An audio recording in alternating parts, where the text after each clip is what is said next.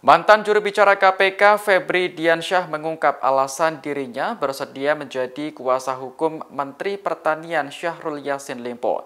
Diketahui Syahrul terseret dalam kasus dugaan korupsi di Kementerian Pertanian.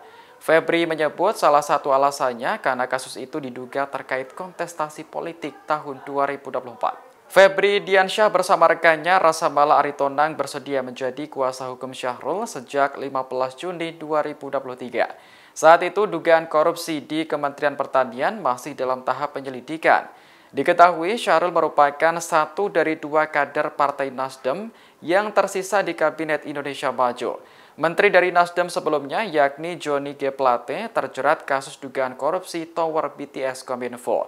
Di sisi lain, hubungan Partai Nasdem dengan Presiden Jokowi diisukan retak karena mengusung Anies Baswedan sebagai bakal calon presiden. Padahal Anies kerap disebut sebagai antitesis Jokowi.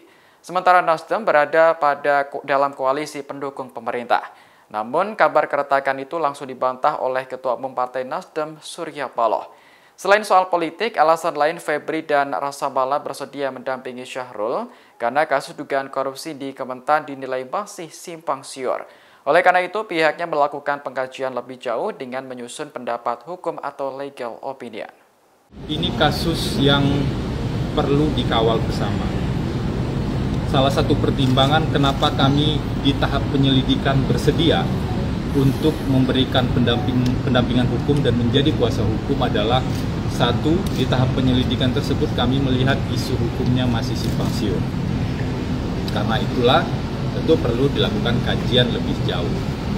Yang kedua, kami juga membaca, mendengar sejumlah pihak, sejumlah isu itu mengkaitkannya dengan isu politik atau pilpres di 2024. Kami mendengar itu.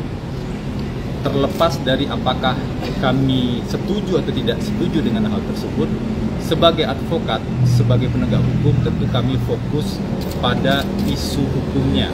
Isu hukumnya ditelusuri dengan cara penyusunan pendapat hukum tersebut. Dan itulah memang tugas advokat yang diatur di Undang-Undang 18 tahun 2023. Itu mungkin yang bisa saya sampaikan, malah kalau ada tambahan atau ada pertanyaan dari teman-teman. Download Tribun X sekarang, menghadirkan lokal menjadi Indonesia.